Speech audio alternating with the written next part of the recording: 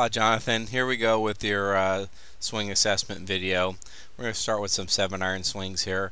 The first thing I noticed, as you get ready here, is that you do step in with your right foot first, and that's a good thing for a rear anchor golfer or golfer that's rear of center.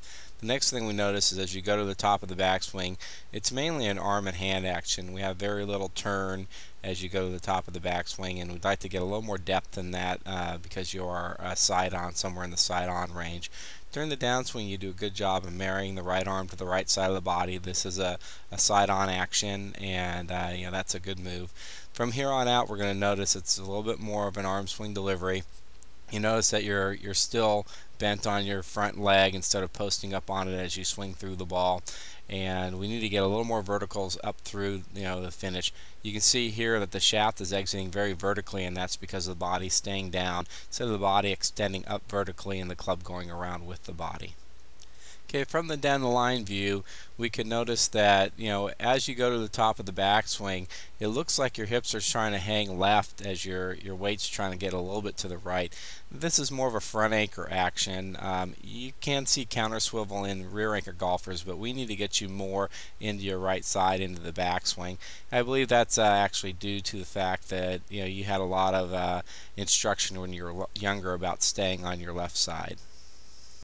That can also account for a lot of the lack of depth in your turn in the backswing. The more you can get you a little bit more to your right side, the easier it's going to be for you to turn in the backswing and get a little more depth. During the downswing, you do a good job of getting the arms and the hands and the club back to impact. However, it's largely an arm swing action instead of a body action.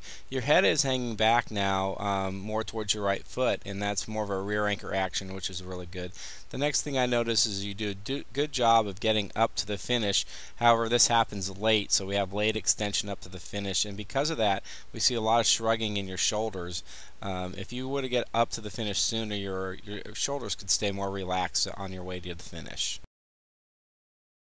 Okay, let's take a look at some 4 hybrid iron swings now. As you go up to the top of the backswing, we're going to see a lot of the same action, a lot of arms and hands, a little lack of depth in the turn. However, as you start down, you do a good job of marrying the right arm to the right side of the body. That's a good side-on golfer's action. Gets the club slotted pretty well here in the downswing as well. As you move into impact, again, we see that there's a lot of arm and hand action to get you into impact. You're a little late on posting on the left leg. Looks like you're a little bit, you could push off that right leg a little better as well.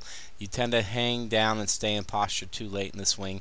We can see how the shaft is exiting very vertically. That's because there's a lack of vertical extension in the body at this point. We want to get the body extending and launching more vertically. Then the club actually could keep moving with the body and move around with the body, all the way through to the finish. Okay, let's move on to some of the face-on swings now. Once again, we'll see as you go to the top of the backswing that it looks like your lower body wants to hang left, and that makes it a little harder to get to your right side and to have as deep a turn as we'd like you to have as you get to the top of the backswing. You do have nice width in your swing though, which is good for a guy that has a little wider chest.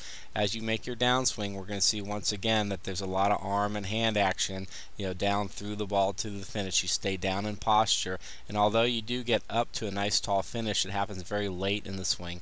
We'd like to see you posting a little bit more through the ball and a little bit more spine extension up through to the finish, and the club could keep moving around with the body better if you do that.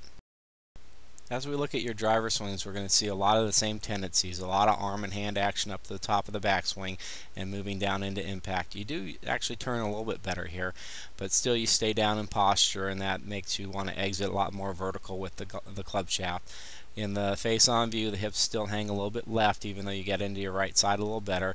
You do get up to the finish nice and vertical, but it happens too late in the golf swing. Okay, let's take a look at the ball throw exercise that I had you perform.